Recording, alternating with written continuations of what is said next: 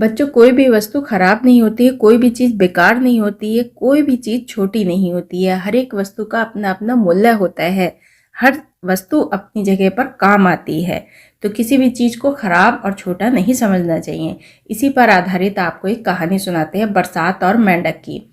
सुमोरू और कमली, ये दो बच्चे हैं। ये जंगल घूमने गए थे। लौटते समय इन्हें जोर की भूख लगी। उनको एक गाय दिखी। कमली ने गाय से कहा, जरा दूध दे दो तो भूख मिट जाए। गाय बोली, मेरे खाने के लिए घास ही नहीं है, मुझे हरी हरी घास दो, तब मैं तुम्हें दूध दूं। कमली और सुमोरू चले गए घास लेने। घास बोली, मुझे पानी दो तो मैं खाने लायक बनूं, मैं बिना पानी के पीली हो गई हूँ। कमली और सोमोरू चले गए पानी लाने। नदी तो सूखी पड़ी थी। जब पानी लेने गए तो देखा नदी सूखी हुई है।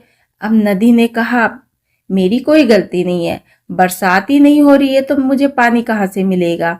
कमली और सोमोरू गए बादल को लाने।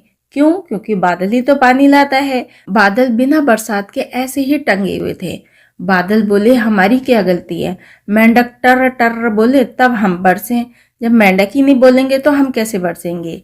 कमलू और सोमारू चले गए मेंढक के पास। मेंढक बोले, हम बाहर निकलते तो हैं, बच्चे हमें मारते हैं पत्थर। दोनों बोले, जो हुआ उसके लिए क्षमा कर दो, माफ कर दो, अब से कोई तुम्हें पत्थर नहीं मारेगा, तुम टर्र टर्र खूब टर्राओ।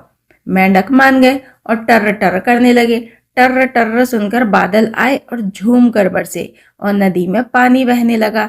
जब बादल झूम के बरसे तो नदी में पानी आया तो सब खुश हो गए। कमली और सोमारू ने नदी से पानी लाकर घास को दिया।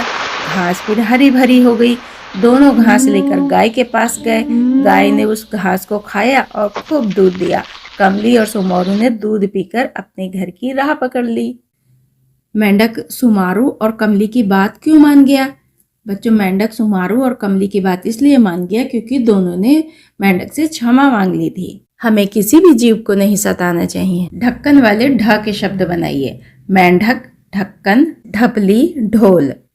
ड वाले शब्द, डमरू, डाल, डाली, डलिया। ड़ वाले शब्द, घड़ी, घड़ा, लड़का, बड़बड़ाना।